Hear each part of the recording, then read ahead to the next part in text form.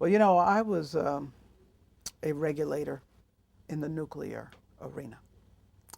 And, you know, nuclear science and technology, nuclear energy, is an area that people tend to feel as strongly about as some social issues, so much so that maybe it is one.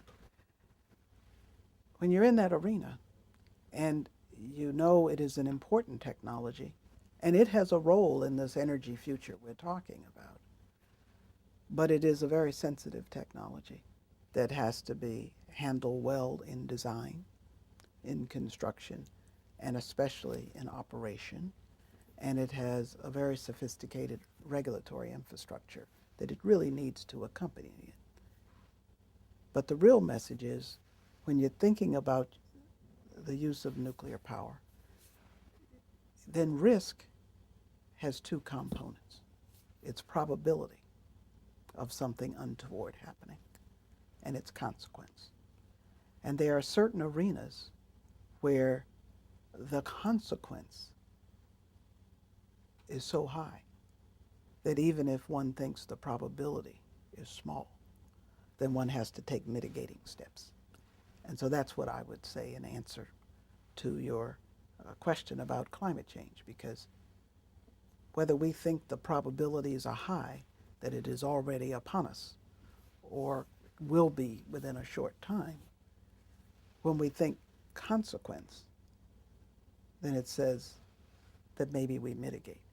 And whether we think that climate changes are due to some fundamental long periodicity, natural evolution that depends on other things, if there is any exacerbating effect that we have on top of that, and we think we can lessen that exacerbating effect, or if you think we really drive what we see, in either of those cases, because of consequence, we should do something about it.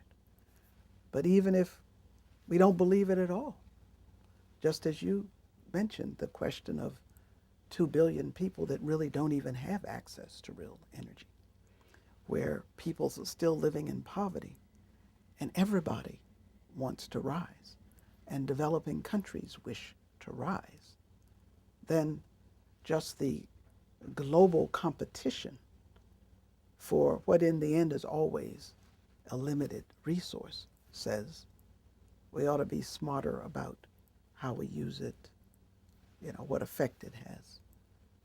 And so that's what always links these two things, energy security and climate change.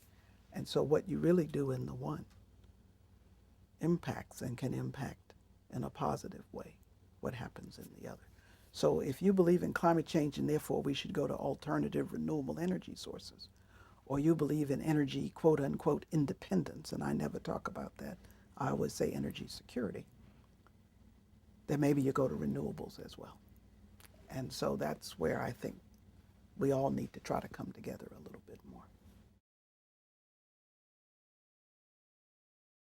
I do think they can be effective. It is not easy, but there are known um, uh, uh, compounds that can capture CO2 from flue gas, and there are techniques for pumping CO2 into uh, storage reservoirs, but there still are studies that need to be done and understood in terms of how much of an engineered reservoir do we need? That is, what is the role of engineered systems as opposed to natural reservoirs?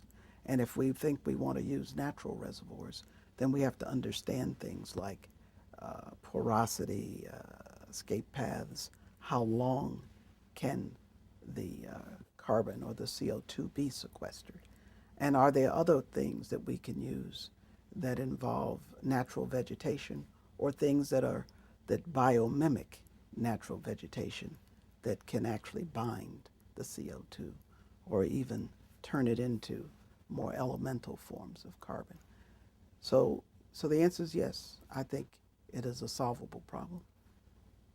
Is it a challenge? Absolutely.